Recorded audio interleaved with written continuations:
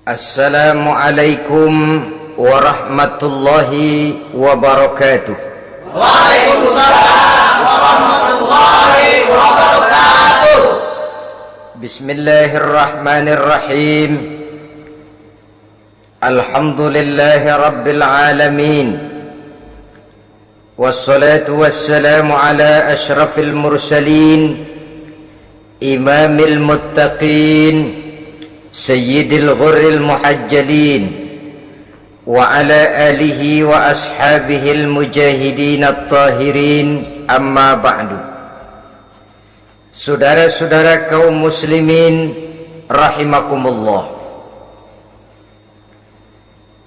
Satu hari ketika seorang ulama besar bernama Al-Imam Al-Faqih Abu Lais tengah berjalan-jalan di dekat kota Basrah,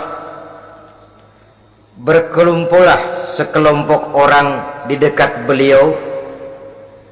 Mereka datang mengajukan satu pertanyaan. Imam, kami ingin bertanya. Di dalam Al-Quran itu Allah Subhanahu wa ta'ala menjelaskan, Ud'uni astajib lakum. Berdoalah kepadaku, aku akan jawab doamu. Mintalah kepadaku, aku kabulkan permintaanmu. Itu dan begitu janji Allah di dalam Al-Quran. Kami, kata orang-orang tadi, sudah lama berdoa kepada Allah. Tapi kenapa sampai sekarang doa kami ini belum dikabulkan? Katanya, ud'uni astajib lakum. Kalau kamu berdoa, aku jawab, aku penuhi, aku kabulkan doamu. Itu janji Allah. Kami sudah lama berdoa pagi, sore, siang, malam. Nyatanya sampai sekarang doa kami belum dikabulkan. Ini bagaimana? Apa ayat Quran salah? Apa Tuhan lagi lempengan nggak denger?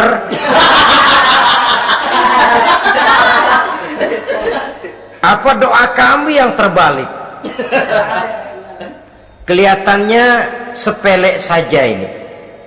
Doa tidak didengar oleh Allah. Permohonan tidak dijawab, tidak dikabulkan oleh Allah. Tapi sebenarnya kalau kita mau merenung, kemalangan apa yang paling besar dalam kehidupan ini selain daripada kalau permohonan dan doa kita sudah tidak dihiraukan oleh Allah?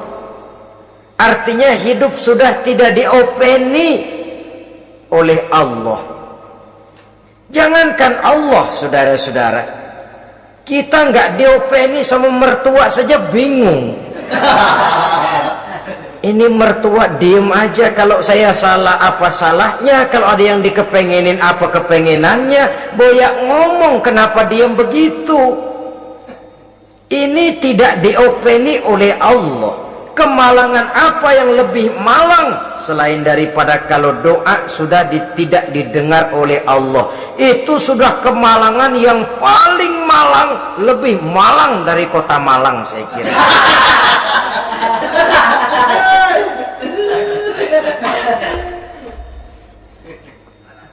Menghadapi pertanyaan ini, Imam Al-Faqih Abu Lais senyum. Lalu beliau berkata, tuan-tuan, tahu kenapa doa tuan-tuan tidak dijawab, permohonan tidak dikabulkan? Allah sudah tidak memperdulikan tuan-tuan ini. Kami tidak tahu, Imam, maka kami bertanya.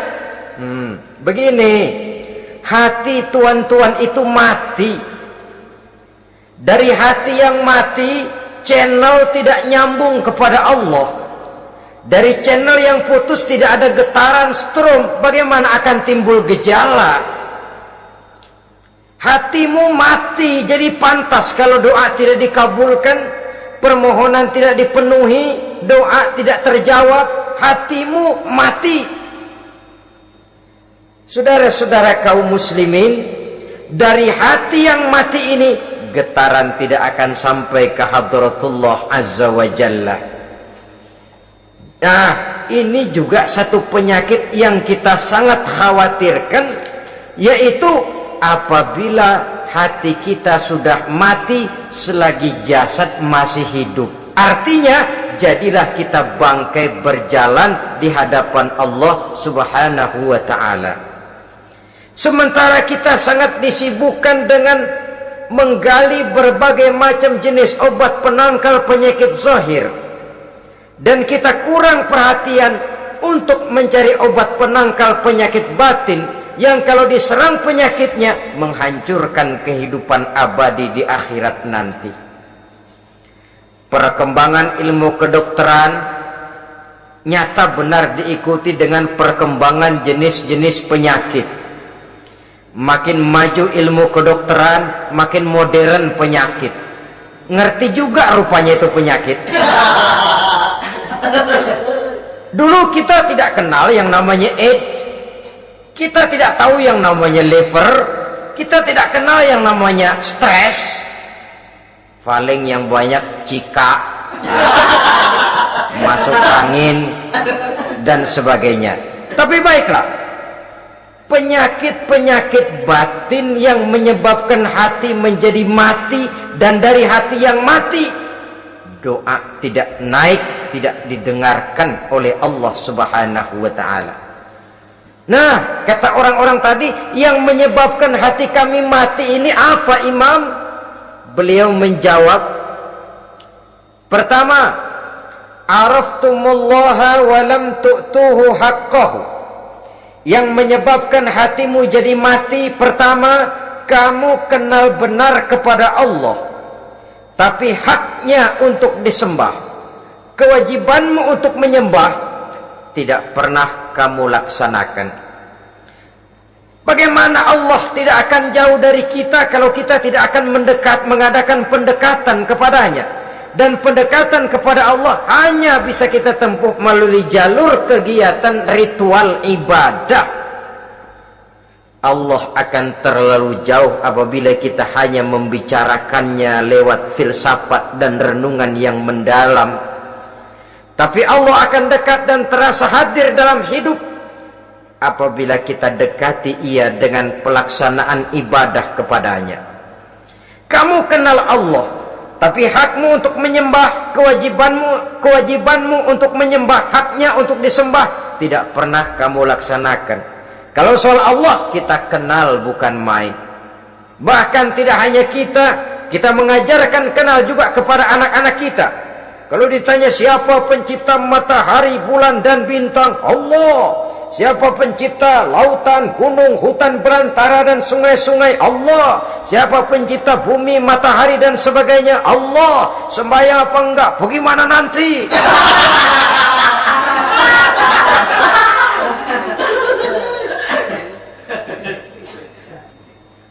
Tanpa pendekatan Allah akan jauh. Apabila Allah jauh, maka doa tidak akan didengarkan olehnya. Oleh sebab itu, logika mengajarkan kepada kita, berpayahlah dulu, wa man ladzatu illa ba'da ta'ab, inna ma'al usri yusra. Di balik kesulitan menunggu kemudahan. Nikmat baru akan terasa, kelezatan hidup baru akan terasa setelah kita jerih payah banting tulang peras keringat. Rasanya memang lebih nikmat sepotong singkong hasil cucuran keringat sendiri ketimbang roti dijejelin orang. Ini berarti kita ingin mohon pertolongan kepada Allah, sementara dengan Allah sendiri kita jauh. Sama saja dalam kehidupan kita analoginya, saudara-saudara. Orang tidak kenal kepada saudara, tahu-tahu jauh dari saudara, tahu-tahu datang mau minjem duit. Apa kesan saudara? Enak aja, kenal enggak, dekat enggak, datang-datang mau minjem duit. Emang duit percetakan bapak lu?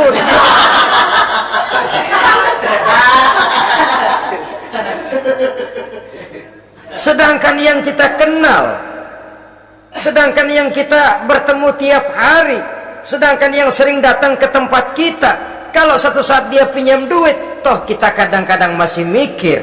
Apalagi datang nggak pernah, berkunjung nggak pernah, ngobrol nggak pernah, apalagi kenal juga nggak pernah, datang-datang mau minta. Macam apa? Datang nemuin Tuhan setahun 2 kali, Idul Fitri, doang sama Idul Adha. Doa cerewet banget, apa aja diminta. Saudara hadirin, bagaimana doa akan kabul, permohonan akan dijawab jikalau kita jauh dari Allah, kita kenal Allah, haknya untuk disembah, kewajibannya untuk menyembah, tidak pernah kita laksanakan. Itu yang menyebabkan hati kita lalu menjadi mati. Padahal mengenal Allah, setelah mengenalnya, mengadakan pendekatan kepadanya melalui ritual ibadah yang dicontohkan oleh Rasulullah Sallallahu Alaihi Wasallam. Ini hal pertama yang menyebabkan hati jadi mati. Kamu terlalu kenal Allah tapi tidak pernah menyembah kepadanya.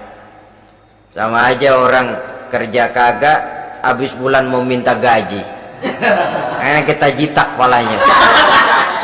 Macam apa? Kerja enggak, tahu-tahu datang mau minta gaji. Kerja dulu yang baik, habis bulan baru enggak diminta pun memang sudah ada jatahnya. Ibadah dulu kita kepada Allah. Soal Allah memberikan karunia kepada kita, itu hak Allah. Apabila kita dekat dengannya, ibadah yang kita laksanakan benar, karunia itu akan datang kepada kita.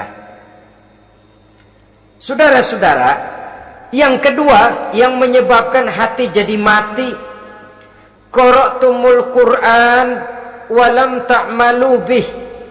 Kamu baca Al-Quran tapi ajarannya tidak pernah kamu amalkan. Kamu baca Quran tapi isinya kamu injak-injak. Sehingga ada peringatan dari Rasul Sallallahu Alaihi Wasallam. Beliau bersabda, "Iza azzamat ummatid dunya wa fi riwayatin dinaron wa dirhaman nuzi'at minha haibatul Islam. Wa iza turikatil amru bil ma'rufi wan nahyu 'anil munkari hurimat 'alaihim barakatul wahyi. Wa iza tasabat ummati saqatat min 'ainillah." 3 peringatan keras tapi yang merupakan gejala penyakit kita umat Islam diperingatkan oleh Nabi kita. Pertama, iza azzamat ummatid dunya. Apabila umatku telah terlalu mengagung-agungkan dunia, apabila umatku telah jatuh menjadi umat yang materialistis, segalanya diukur dari sudut keduniaan saja, nuzi'at minha haibatul Islam, maka akan dicabutlah dari mereka kehebatan agama Islam. Hilang kehebatan Islam apabila kita jatuh menjadi umat pengagung dunia, penyembah materi. Nilai kita, keberadaan kita tidak dihargai orang lain. Orang memandang kita remeh saja.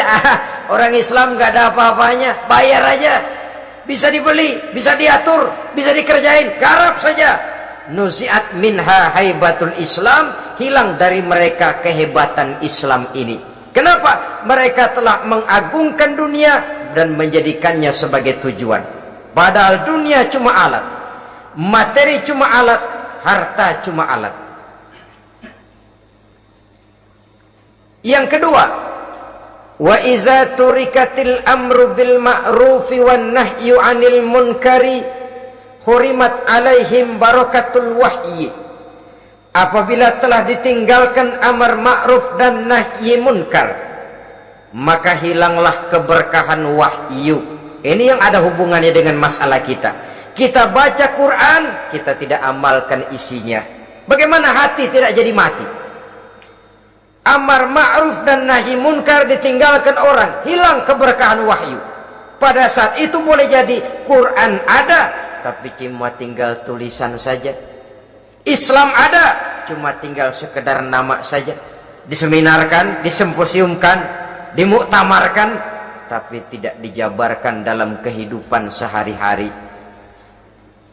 Apabila amar ma'ruf dan nahi munkar telah ditinggalkan orang, hilang keberkahan Quran itu. Akibatnya apa? Apabila amar ma'ruf tidak lagi digalakkan orang, nahi munkar tidak dilaksanakan orang, lalu orang menilai sesuatu menurut seleranya sendiri. Mana yang ma'ruf, mana yang munkar, tidak ada lagi patokan utama. Kalau baik kata otaknya, dia kerjakan. Tidak baik menurut otaknya, dia tinggalkan. Agamanya adalah otak, berhalanya adalah akal. Akhirnya umat kehilangan pedoman. Tidak lagi jelas mana batas yang ma'ruf, mana batas yang munkar. Dalam kondisi sedemikian, akhirnya akan terjadi penjungkiran nilai. Paling celaka nantinya, yang ma'ruf malah dianggap munkar, yang munkar malah menjadi ma'ruf. Peringatan ketiga dari Nabi, wa iza tasabat ummati saqatat min ainillah.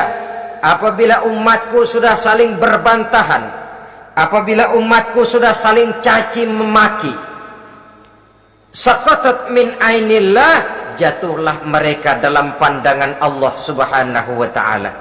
Hilang wibawa umat yang sudah saling mencaci maki, saling menjatuhkan, saling gasak, gesek, gosok. Justru agama menganjurkan kita ini saling asah, asih, asuh. Kadang yang kita praktekkan, kita ini saling gasak. Yang kedua, saling gesek. Yang ketiga, saling gosok. Gasak, gesek, gosok, kacau kita ini. Saling gasak, menjegal kawan seiring, menggunting dalam lipatan.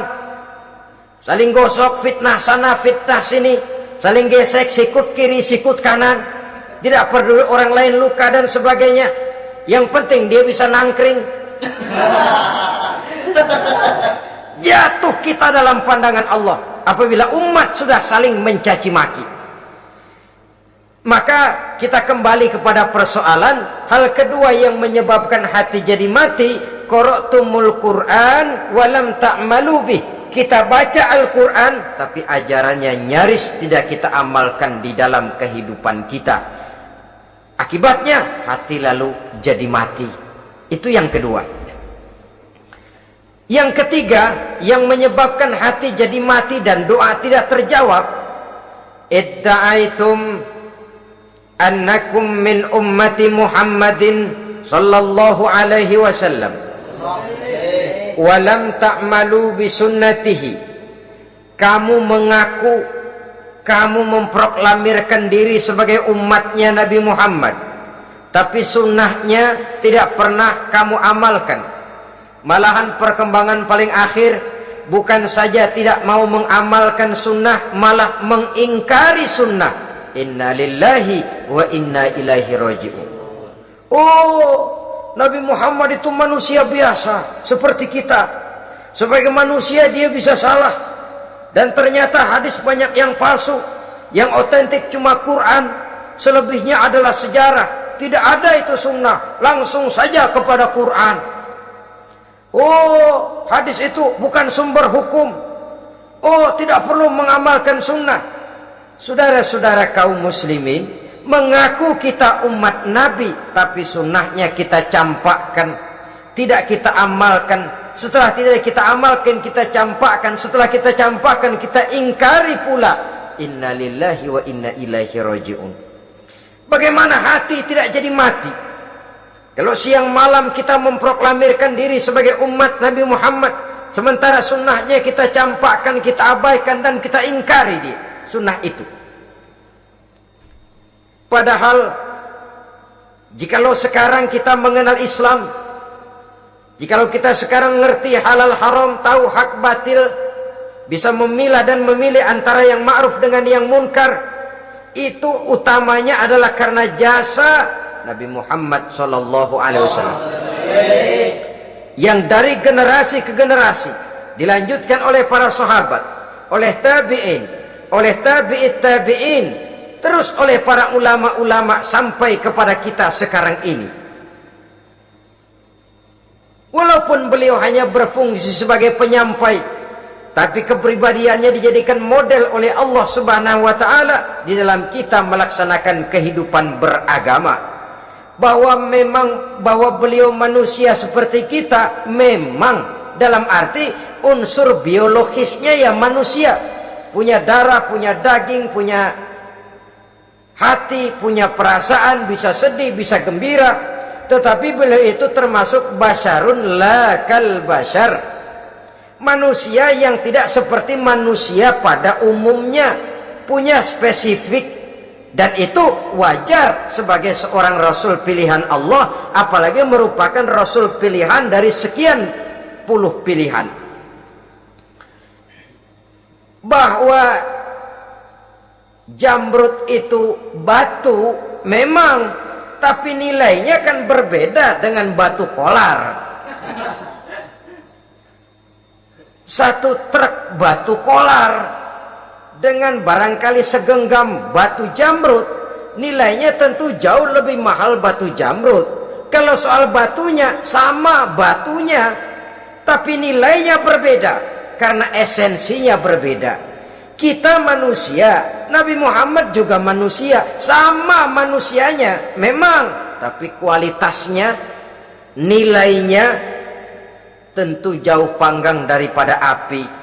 Itu sebabnya Allah menjadikan beliau sebagai model. Laqad kana lakum fi rasulillahi uswatun hasanah. Di dalam diri Rasul itu terdapat contoh teladan yang sangat baik bagi kita. Oleh karenanya, pada pertemuan kali ini, apabila kita konsekuen mengaku umat Nabi Muhammad, marilah konsekuen juga menegakkan sunnahnya. 3. Yang keempat, yang menyebabkan hati jadi mati dan doa tidak terjawab, akaltum ni'mata rabbikum walam tashkurulah. Tiap hari kamu makan nikmat Tuhanmu, tapi kamu tidak pernah mau bersyukur kepadanya, kepada Allah Subhanahu wa ta'ala. Nikmat Tuhan kita doyan banget, tidak pernah sehari dan sesaat pun terlepas diri dan hidup ini dari nikmat-nikmat yang diberikan Allah.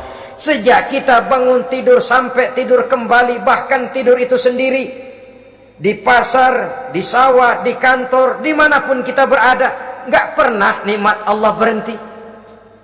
Hidup kita dalam alam diberikan segala fasilitas untuk menunjang kehidupan. Nggak pernah Allah pasang pajak matahari, nggak pernah Allah pasang pajak gas udara. Nikmat-nikmat yang banyak itu tiap hari kita kecap, tiap hari kita nikmati, tapi kita tidak pandai bersyukur. Padahal Allah memberikan peringatan keras dalam hadis qudsinya, man lam yashkur ala na'mai wa lam yasbir ala balai falyakhruj min tahti samai wal yatlub rabban siwaya. Siapa yang tidak mau bersyukur terhadap nikmat yang aku berikan kepadanya, dan tidak mau bersabar terhadap ujian yang aku berikan kepadanya, silahkan keluar saja dari kolong langit ini dan cari Tuhan selain aku. Diusir oleh Allah. Kalau orang tidak mau bersyukur terhadap nikmat yang aku berikan, dan tidak mau bersabar terhadap ujian yang aku timpakan, keluar dari kolong langitku, keluar, cari Tuhan selain aku. Diusir. Lah yang ngusir Allah. Anak sekarang bilang mau ke Menong.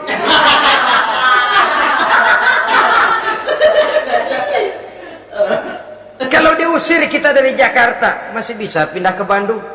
Diusir kita dari Bandung, bisa pindah ke Jogja, Solo. Diusir kita dari Indonesia, bisa pindah ke Singapura, Malaysia. Diusir dari kolong langit, mau cari langit mana lagi? Kalau kau tidak mau mensyukuri nikmatku, tidak sabar terhadap ujian yang aku berikan kepadamu, keluar saja, keluar dari kolong langitku ini, cari Tuhan selain aku. Kalau istilah kita mah Tuhan, jengkel banget udah itu. Nikmatku, yang nikmat yang aku berikan kau makan, tapi kepadaku engkau tidak pernah mau bersyukur. Saudara-saudara kaum muslimin rahimakumullah, wajar. Kita dulunya tidak ada, sekarang ada, nikmat. Susunan biologis manusiawi kita demikian cantik, nikmat. Tinggal di bumi, fasilitas yang kita perlukan disediakan, tinggal kemampuan kita mengelolanya. Nikmat. Diberikan kita otak yang membedakan kita dengan binatang, nikmat. Diberikan kita agama, diutus para rasul untuk jadi model dalam kehidupan kita, nikmat. Kalau cara kita emang kurang apa sih? Apa yang kurang, hai manusia? Engkau tidak ada, aku adakan. Kalau aku perintahkan kau tinggal di bulan, mungkin kau tidak akan sanggup hidup. Begitu lahir juga kelepek-kelepek habis. Ya nggak ada HO2 toh di bulan. Mau ngisap apa? Aku tinggalkan kau, aku perintahkan tinggal di permukaan bumi. Alamnya indah, fasilitas serba menunjang. Nikmati semuanya, semuanya untuk kamu, semuanya. Satu pintaku, syukuri nikmat yang aku berikan kepadamu. Ya bukan cuma syukur dalam ucapan, syukur dalam perbuatan. Banyak nikmat yang diterima, makin banyak dia sujud, makin banyak dia ruku, makin banyak dia mengadakan pendekatan kepada Allah. Syukur dalam artian berupa tindakan dan perbuatan, mempergunakan nikmat sesuai dengan kehendak yang memberikan nikmat itu sendiri kepada kita. Saudara-saudara kaum muslimin rahimakumullah, ini penyakit yang keempat. Kamu makan nikmat Tuhanmu, tapi kamu tidak pernah pandai bersyukur kepadanya, mensyukuri nikmat yang diberikan tadi. Bagaimana hati tidak jadi mati? Kita sibuk mempersolek jasmani, mencari obat penangkal penyakit zahir. Maka yang ramai di zaman sekarang, saudara lihat, salon, fitness, senam, macam-macam jenis. Tidak ada salahnya dan tidak ada jeleknya. Tapi kalau itu sampai melupakan kita kepada memperindah batin, memperbaiki jiwa, artinya bukankah kita perlahan tapi mempersiapkan diri menjadi bangkai berjalan di hadapan Allah? Dengan operasi plastik, yang pesek jadi mancung, yang sipit jadi belok, kulit keriput jadi kencang, pipi terlalu cekung bisa diatur. Saudara-saudara, tapi kalau hati yang rusak, jiwa yang rusak, kemana lagi kita akan berobat kalau bukan kepada agama? Maka hati itu jadi mati apabila kita selalu memakan nikmat Allah dan tidak pandai mensyukuri nikmat itu. Dari hati yang mati tidak akan ada getarannya. Oleh sebab itu doa tidak terjawab.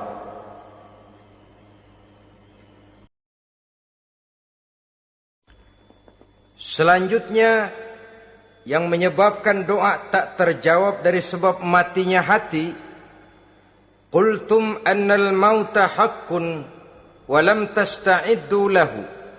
Kamu berkata, kamu yakin bahwa mati adalah sesuatu yang benar, tapi kamu tidak pernah punya persiapan untuk mati. Padahal menurut logika, orang yang akan bepergian jauh tentu dia harus mempunyai bekal yang cukup. Semakin jauh jarak perjalanan yang akan ditempuhnya, semakin banyak perbekalan yang harus dibawanya. Dahulu, seketika beberapa jamaah dari Yaman akan melaksanakan ibadah haji dengan nekat, mereka berprinsip, pokoknya kan berangkat haji jadi tamunya Allah, nanti Allah yang akan ngelayanin. Mereka nekat, modal badan doang berangkat. Diadukan kepada baginda Rasul, lalu turun peringatan dari Allah, wa tazawwadu fa inna khairaz zadi taqwa. Jangan begitu, bawa bekal. Sesungguhnya bekal yang paling baik adalah takwa. Bahwa berangkat dengan bekal takwa itu bekal yang paling utama. Tapi bekal-bekal yang lain pun jangan diabaikan. Kalau kita akan berangkat untuk tujuan yang baik, bekal yang paling utama memang takwa. Tapi tidak berarti harus mengabaikan bekal-bekal yang lain. Begitulah, semakin jauh perjalanan yang akan kita tempuh, semakin banyak bekal yang harus kita hadapi. Kalau saudara mau pergi ke Surabaya, tidak membawa bekal kemudian berani berangkat, rasanya sih saya pikir itu bukan berani, nekat namanya. Sama saja orang belum pernah sembahyang, mati. Nekat tuh orang, berani amat. Belum berbuat kebaikan barang sedikit pun sudah mati, nekat namanya itu. Sama saja tadi, nggak bawa bekal apa-apa berangkat ke Surabaya. Sampai Surabaya belum tentu, sengsara udah jelas. Belum punya bekal yang baik sudah mati. Sampai ke surga belum tentu, tapi kebelangsak dan sengsara rasa-rasanya pasti itu.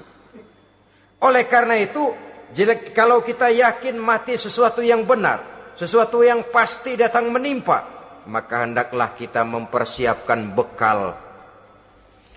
Kemudian, idda'aitumun najata minan nar wa ramaitum fiha anfusakum. Kamu memproklamirkan diri ingin selamat dari neraka, tapi kamu lemparkan dirimu ke dalam neraka. Bagaimanapun bajingannya bajingan, kalau ditanya ente mau masuk neraka enggak, jawabannya pasti enggak. Itu pasti perbuatannya sendiri yang melemparkan dirinya ke dalam neraka, membiarkan dirinya berlarut-larut, bertimbun-timbun dalam dosa dan kesalahan, dan tidak akan ada niatan untuk memperbaiki diri. Hanyut di meja judi, habis ditelan minuman keras, fitnah sana, fitnah sini, hasud sana, hasud sini. Padahal mulutnya ingin selamat dari neraka, perbuatannya malah melemparkan dirinya ke dalam api neraka. Tidak ada orang yang lebih sayang kepada diri kita selain kita sendiri. Dan menyayangi diri itu tidak cuma dengan memandikannya sehari 3 kali, memakaikannya parfum dengan segala macam merek, memakai sabun yang wangi-wangi, minyak yang harum-harum. Lebih daripada itu, jaga dan sayangi diri. Jangan jatuhkan dia ke dalam perbuatan-perbuatan yang bisa menjerumuskan diri itu ke dalam neraka. Kemudian disambung oleh Imam Al-Faqih Abu Lais yang menyebabkan doa tidak terjawab karena hati mati. Idda'aitum dukhulal jannah walam ta'malu laha. Kamu ingin masuk surga, tapi kamu berat mengamalkan perbuatan yang bisa menyampaikan kamu ke surga. Semua kita kalau ditanya, mau masuk surga? Mau. Tapi jarang yang berlomba melakukan perbuatan-perbuatan yang bisa menyampaikan kita ke surga. Kemudian yang terakhir kata Imam Al-Faqih Abu Lais, dafantum mautakum walam ta'tabiru laha. Kamu menguburkan orang yang mati di antara kamu, tapi kamu tidak bisa mengambil iktibar, tidak bisa mengambil pelajaran dari mayit yang jenazah yang kau kuburkan itu. Mestinya kan nguburin orang tuh membuat sadar. Iya, kalau sekarang saya baringkan di liang lahat, menghadap ke arah kiblat, bantalnya tanah, setelah itu ditutup dengan papan, lalu ditimbun dengan tanah. Iya, sekarang giliran dia, giliran saya, entah besok, lusa, bulan depan, tahun depan, tapi pasti mengubur mayat, mengubur jenazah, tapi tidak bisa mengambil iktibar dari yang dilaksanakannya itu. Ini merupakan penyakit-penyakit batin yang merupakan handicap, yang menimbulkan jarak antara kita dengan Allah Subhanahu wa ta'ala. Pantas kalau itu semua ada pada diri kita, hati jadi mati. Dari hati yang mati, doa tidak akan tembus. Kita tidak lagi akan diperdulikan oleh Allah Subhanahu wa taala. Dan itu sekali lagi kemalangan yang terbesar dalam kehidupan kita. Bagaimana jalan keluarnya? Pertama, memperbaiki batin kita, menyelamatkan diri daripada penyakit-penyakit yang bisa mematikan hati seperti yang sudah saya sebutkan tadi. Yang kedua, berdoa dengan adab. Sehingga tata cara di dalam kita bermohon kepada Allah Subhanahu wa taala dibicarakan secara khusus oleh Al-Imamul Ghazali dalam kitab Ihya beliau yang disebut adabud doa. Adab di dalam kita melaksanakan doa kepada Allah Subhanahu wa taala. Setelah batin ini bersih dari penyakit-penyakit hati yang bisa menyebabkan hati jadi mati, berdoalah kita kepada Allah. Bagaimana adabnya? Kata Imamul Ghazali rahimahullah, yang pertama hendaklah ia di dalam berdoa itu memilih waktu yang mulia. Minal awqatis syarifah, kata beliau. Memilih waktu-waktu yang punya nilai mulia. Ramadan dalam 1 tahun, Jumat dalam tiap minggu, sepertiga malam yang akhir pada setiap hari. Waktu-waktu yang punya nilai mulia. Walaupun misalnya saudara berdoa pada hari Kamis, tidak ada halangannya Allah mau kabulkan. Ini tidak berarti bahwa kalau sudah berdoa hari Jumat lalu hari Kamis tidak mau berdoa, tidak. Lebih memilih mengintai waktu-waktu yang punya nilai mulia. Lailatul Qadar sekali dalam setahun. Waktu-waktu yang punya nilai mulia. Logikanya begini, saudara-saudara. Kalau kita datang ke rumah seseorang, tujuan utama kita minjem duit, yang paling pertama kita perhitungkan tanggal berapa nih? Kan itu toh, tanggal berapa? Kalau tanggal 20 atuh minjem duit, orang lagi ngap-ngapan, boro-boro dia bisa minjemin, dia sendiri mungkin lagi pusing. Kita lebih dulu kita amatin tanggal berapa nih? Yang enak sore apa siang? Jam 2. Jam 2 dia baru pulang dari kantor, tapi giliran tidur. Kalau dia tidur dibangunin datang mau minjem duit, kagak dimaki-maki sudah kebagusan deh. Kan kita lihat waktunya, timingnya kata orang sekarang. Tanggal berapa, sore apa malam, apalagi gulem apa terang bulan. Itu semua sudah kita atur sedemikian rupa, memilih waktu. Yang kedua kata Imamul Ghazali, memilih keadaan yang istimewa. Kalau tadi soal waktu, yang kedua soal keadaan.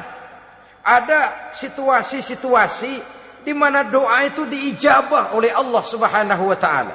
Di antaranya kata Imam Abi Hurairah, "Inda zahfis sufuf fi sabilillah." Pada waktu mengatur barisan perang membela agama, di situ doa kabul. Inda nuzulil ghais, ketika turun gerimis, di situ doa makbul. Inda iqamis shalah, ketika salat mau didirikan, riwayat lain bainal azan wal iqamah, antara azan dan qomat, di situ doa makbul. Itu memilih keadaan-keadaan. Kemudian yang ketiga kata beliau, berdoa menghadap kiblat. Ya, apa kalau doa madhab mudik Tuhan gak tahu? Tahu. Tuhan gak dengar? Dengar. Cuma lebih etis. Lebih etis kalau kita berdoa menghadap ke arah kiblat. Saudara-saudara kaum muslimin rahimakumullah. Yang keempat, hifdzus saut, menyederhanakan suara.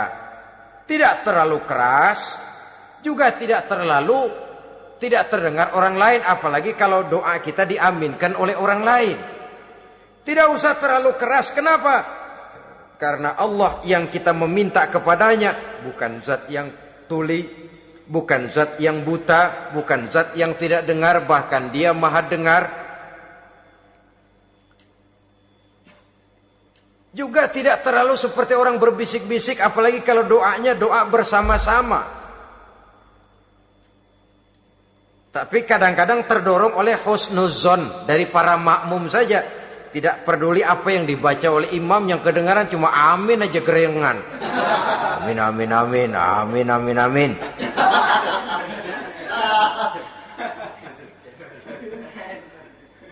Juga tidak terlalu keras. Seperti orang berdoa, seperti orang pidato. Saudara-saudara kaum muslimin rahimakumullah. Yang kelima, alla yatakallafa saja' fid du'a. Dalam berdoa, kalau istilah kita, jangan nyelongcong. Sajak sujak ini menunjukkan sikap berani kepada Allah. Misalnya ada orang berdoa, ya Allah ampunilah saya kalau engkau mau. Kalau Allah mau. Kasihanilah saya ya Allah kalau engkau mau. Itu doa orang songong. Atau sama saja, ya Allah berilah saya rezeki dikit aja. Emang kenapa pakai begitu?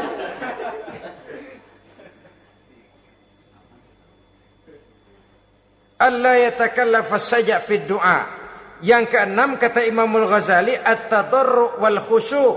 Dengan tadarru' dan khusyu', dengan sikap tawadu, benar-benar ya seperti kitalah kalau datang memang menghajatkan pertolongan dari seseorang, segala action kita atur supaya hajat kita itu kabul, kan begitu.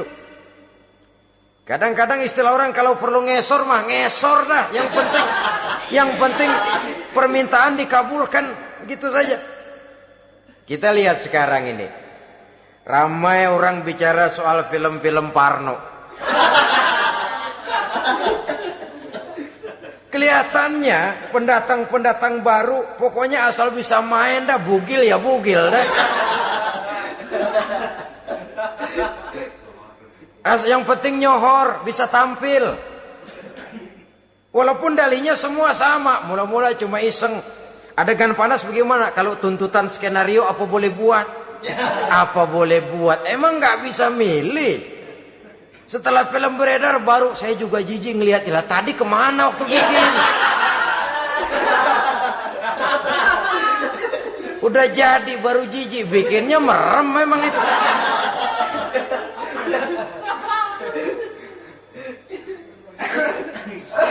Tapi ada satu analogi, asal bisa main, asal bisa tampil di layar, apa saja jadi taruhan sudah. Bugil ya bugil dah. Enggak soal dah. Pokoknya bisa main, tampil, nyohor. Masuk koran. Udah seperti kata-kata orang Arab. Bul ala zamzam fatu'raf. Kalau pengen terkenal, kencingin sumur Zamzam. Artinya apa? Bikin yang aneh-aneh. Yang orang gak kerjain, kerjain. Ntar ngetop. Yang ngetop lempengan jeleknya. Sumur Zamzam dikencingin. Kan nyohor itu. Sedunia orang kenal. Kenapa? Gila. Saudara-saudara kaum muslimin rahimakumullah. Sangat kita sayangkan kalau lalu orang berlomba-lomba dengan cuma modal paha mulus, wajah cantik, dimauin apa saja mau lalu bisa tampil. Akibatnya yang jadi korban adalah anak-anak kita. Disuguhi tontonan-tontonan yang meracuni jiwa mereka. Walaupun akibatnya barangkali ya lain seperti band orkes dengan film, memang akibatnya tidak langsung ya. Kalau band orkes akibatnya langsung, dia bisa berantem di tempat lokasi. Film orang nonton tahu dia di tempat itu, bukan di tempat itu dia praktek, pulang jadi pikiran dia. Tadi serem ya. Ntar kalau udah kesempatan kita praktek. Ntar ngancemnya itu yang gak enak. Tapi yang saya analogkan dengan persoalan kita, tingkah pola artis apapun dilakukan asal bisa main. Nah itu tuh, asal dapat kesempatan acting. Dalihnya ya tuntutan skenario lah. iseng lah, macam-macam lah. Tapi yang jelas satu target, saya harus dapat kesempatan main. Untuk sampai ke situ, cara apa saja harus saya tempuh. Tidak peduli harus menginjak-injak norma dan budaya bangsa yang luhur. Tidak peduli harus bertentangan dengan kaidah agama. Tidak peduli hasilnya meracuni umat masyarakat, terutama generasi muda. Yang penting kan ngetop. Saudara-saudara, baiklah ya, itu soal lain. Tapi soal kita ialah at-tadarru wal khusyu'. Bermohon kepada Allah dengan tadarru', khusyuk dan tawadhu. Seperti kalau kita mau bermohon kepada seseorang, kita malah merendahkan diri. Pak, saya memang orang gak mampu, Pak. Utang saya udah selebar kampung, Pak. Anak udah 16 seperempat. Apa saja kita meratap, menghibah, mengeluh, merintih, ujungnya kan yang penting gue minjem duit dapat dah gitu. Apa kayak diomongin, pokoknya pulang bawa duit, itu saja. Itu strategi manusiawi. Kalau ini kita adakan konteks, oh iya, kepada Allah lebih lagi kita tadarru, khusyuk, tawadhu. Doa dengan tawadhu, sebab kita akan bermohon kepada yang serba maha. Menghadap ke arah kiblat, duduk bertafakur dengan khusyuk, tawadhu. Jangan doa sembari tolak pinggang.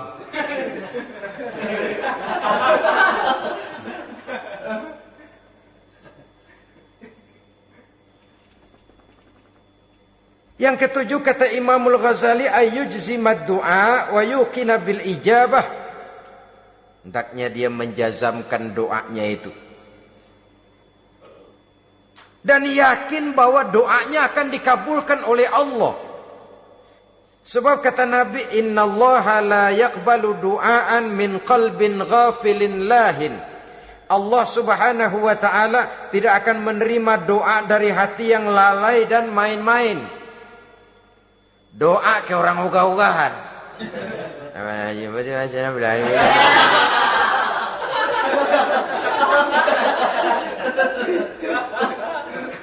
Kali malaikat nyongok dong, lu minta apa lu?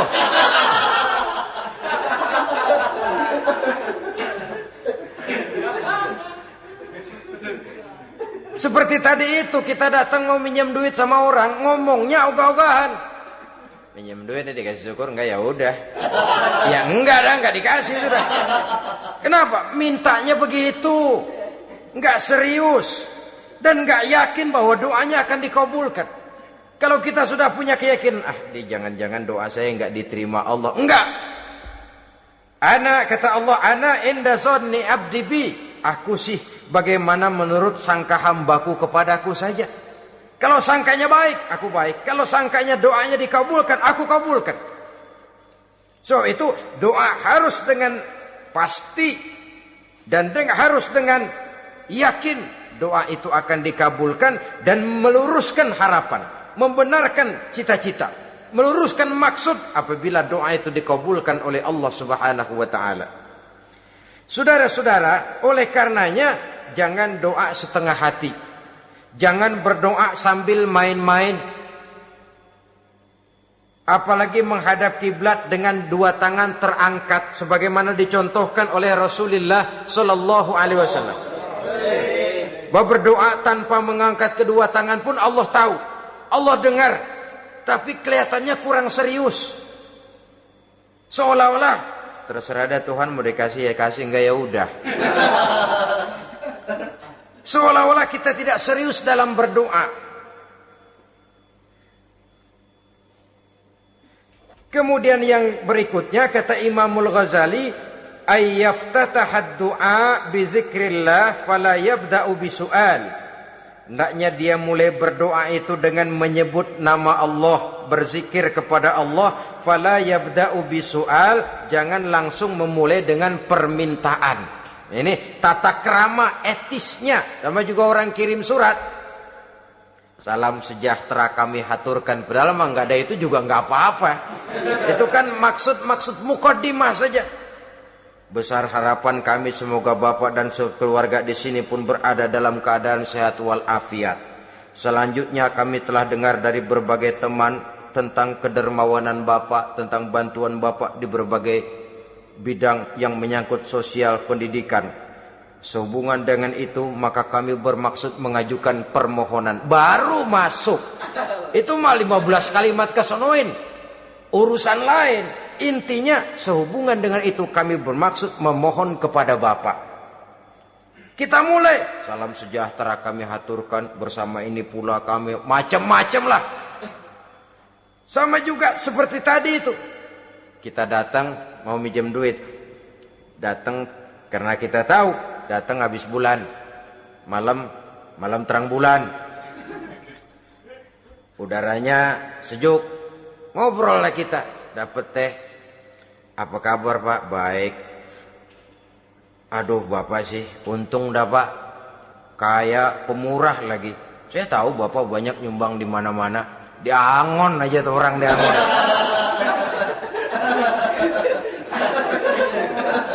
Kira-kira udah mau telap aja baru dikedat.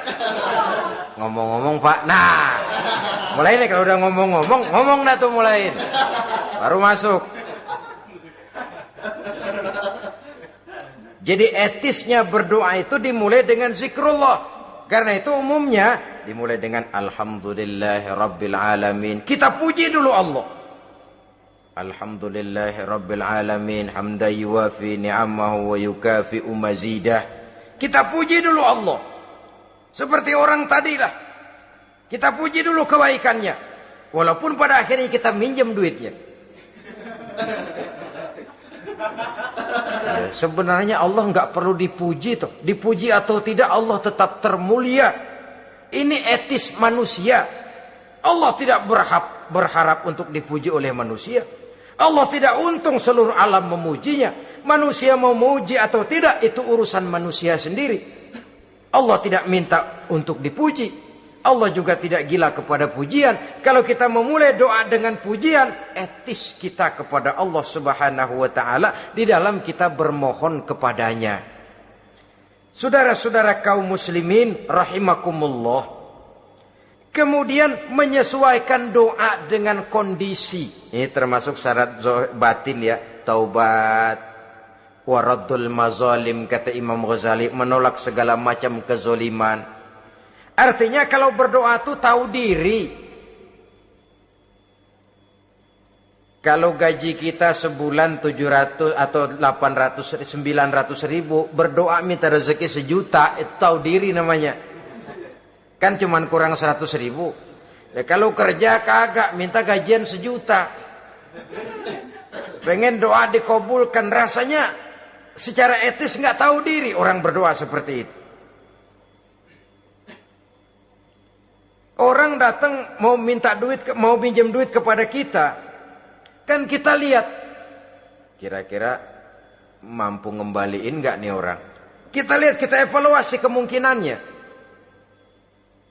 Lalu si yang minjem tentu tahu diri. Kalau memang kekuatannya ngembaliin tidak seperti kekuatannya mulangin, hendaknya dia timbang rasa.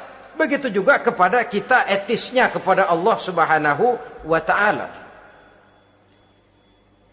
Tahu diri, menyesuaikan doa dengan keadaan. Kalau tidak ada gap terlalu jauh panggang daripada api, nanti nasibnya bagai si pungguk merindukan bulan.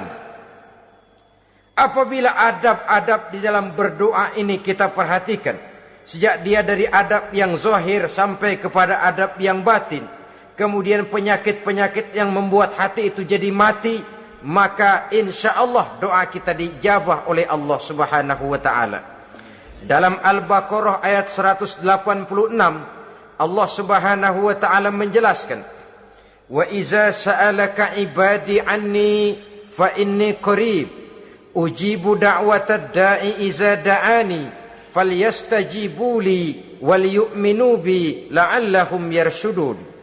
Apabila hambaku bertanya kepadamu Muhammad tentang aku, kata Allah, fa inni qarib, katakan kepadanya, aku dekat sekali dengan mereka. Ujibu da'watad da'i iza da'ani, aku akan jawab aku kabulkan permohonan orang-orang yang berdoa kepadaku. Falyastajibuli wal yu'minu bi, maka hendaknya mereka juga menjawab panggilanku atas dasar iman kepadaku. La'allahum yarsyudun, semoga dengan ini mereka kelak mendapat petunjuk. Saudara-saudara, Al-Baqarah 186 ini dengan nyata menjelaskan kepada kita, Allah akan menjawab doa, mengabulkan permohonan apabila kita falyastajibuli wal yu'minu bi, juga menjawab panggilan Allah atas dasar beriman kepadanya. Logikanya tadi itu, araftumullaha wa lam tu'tuhu haqqahu. Kita tidak pernah mau menjawab panggilan Allah sementara kita berharap doa kita dijawab oleh Allah. Apa enggak pincang? Apa enggak berat sebelah? Panggilan Allah kita berat memenuhinya, sementara kita sangat berharap agar permohonan kita, seruan kita dikabulkan oleh Allah. Menjawab panggilan Allah atas dasar beriman kepadanya. Kenapa? Ada orang menjawab panggilan bukan berdasarkan iman, tapi karena target lain. Datang sembahyang Jumat paling dulu, target utamanya pulang juga paling dulu nyabet sendal, nyabet sepatu. Menjawabnya iya, tapi tidak karena iman. Jadi apabila kita rajin menjawab panggilan Allah atas dasar beriman kepadanya, maka seruan, permohonan, doa niscaya dikabulkan olehnya. Ini saja, mudah-mudahan ada manfaatnya. Terima kasih atas segala perhatian. Mohon maaf atas segala kekurangan. Usikum wa nafsi bitaqwallah. Wassalamualaikum warahmatullahi wabarakatuh. Waalaikumsalam.